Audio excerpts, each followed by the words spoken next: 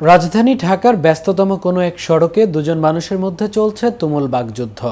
হঠাৎ পাশ থেকে আওয়াজ এলো, আরে ভাই, হাত থাকতে মুখে এত কথা কেন?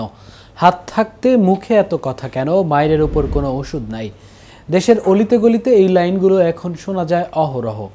বাংলাদেশের ছাত্র জনতার গণ অভ্যুত্থানে গত 5 আগস্ট সরকার পতনের পর দলবদ্ধভাবে বিশৃঙ্খলা সৃষ্টি করে এভাবেই আইন নিজের হাতে তুলে নেওয়ার ঘটনা বেড়েছে। এসব ঘটনা ঘিরে সোশ্যাল মিডিয়ায় মব ও মব জাস্টিস শব্দ দুটি নিয়ে চলছে তুমুল আলোচনা। কিন্তু মূলত কি এই মব জাস্টিস এবং এই সামাজিক ব্যাধি বন্ধ করতে কেন হিমশিম খাচ্ছে আইন শৃঙ্খলা বাহিনী, তা নিয়ে থাকছে আজকের প্রতিবেদন এবং আপনাদের সঙ্গে আছি আমি মামুনুর রহমান।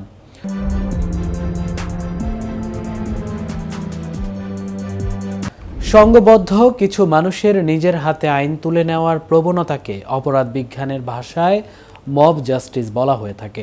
সাম্প্রতিক সময়ে এই মব জাস্টিসের নামে কাউকে গণপিটুনি দেওয়া হচ্ছে, যখন তখন কারো বাড়িতে ঢুকে লুটপাট করা হচ্ছে, কাউকে আইন শৃঙ্খলা বাহিনীর কাছ থেকে ছিনিয়ে নিয়ে পিটিয়ে মেরে ফেলা হচ্ছে, কোথাও আবার কাউকে পদত্যাগে বাধ্য করা হচ্ছে, এমনকি কাউকে জুতার মালা পরিয়ে কান ধরে উঠবোস করানো হচ্ছে।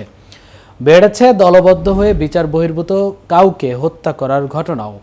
প্রায় প্রতিদিনই দেশের কোথাও না কোথাও এ ধরনের ঘটনা ঘটছেই, যা উদ্বেগের কারণ হয়ে দেখা দিয়েছে।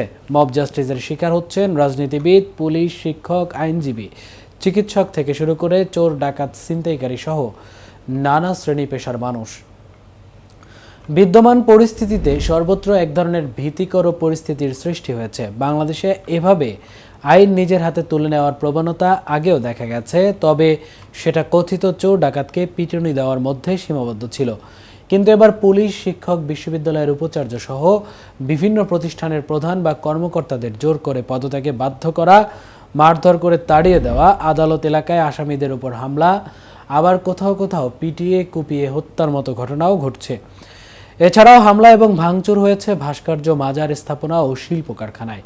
এ ধরনের ঘটনা ছাত্র জনতার গোটা গণ অভ্যুত্থানকেই ব্যর্থ করে দিতে পারে বলে আশঙ্কা করছেন তারা। সরকারের সর্বোচ্চ পর্যায় থেকে এ বিষয়ে বারবার সতর্ক করা হলেও কাজের কাজ কিছুই হচ্ছে না, বরং বেড়েই চলছে আইন নিজের হাতে তুলে নেওয়ার লাগামহীন সংস্কৃতি। মব জাস্টিসের নামে এ ধরনের অপরাধ বেড়ে যাওয়া, গণপিটুনি, হামলা, ভাঙচুর, লুটপাট সহ একের পর এক বিচার বহির্ভূত হত্যার শিকার হচ্ছে দুষ্কৃতিকারী ছাড়াও সাধারণ নিরপরাধ মানুষ। একদিকে যেমন ডাকাতি ও ছিনতাইয়ের ঘটনা বেড়েছে, সঙ্গে বেড়েছে মব সংস্কৃতির ঘটনাও। প্রায় প্রতিদিনই কোথাও না কোথাও কিছু মানুষ সংগঠিত হয়ে নিজের হাতে আইন তুলে নিয়ে মবের ঘটনা সংঘটিত করছে। এতে বাড়ছে হত্যাকাণ্ড সহ নানা অপরাধ। ডাকাত, ছিনতাইকারীর পাশাপাশি অনেক সময় রাজনৈতিক প্রতিপক্ষ ঘায়েল হচ্ছে এইসব মব জাস্টিসে।